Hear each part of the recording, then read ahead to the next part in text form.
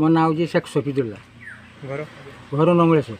कौन घटना घटना हवा पर आम जगार केस कास चलता आम जगह प्रत्येक पितृकालीय संपत्ति बापार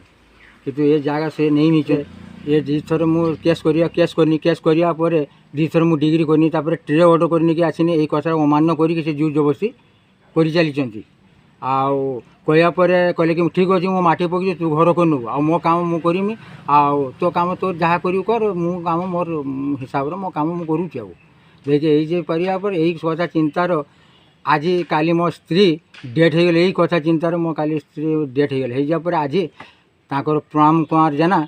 सब 300-400 खान लोक आणिकी ये जगह उपरे सब बोरिंग बोरिंग करापर मुझे आसिक ये कहया मुझे कहनी देख 10 दिन मत टाइम दौं तापर किस आज बुझे मत बर्तमान मथाटा मोर खराब अच्छी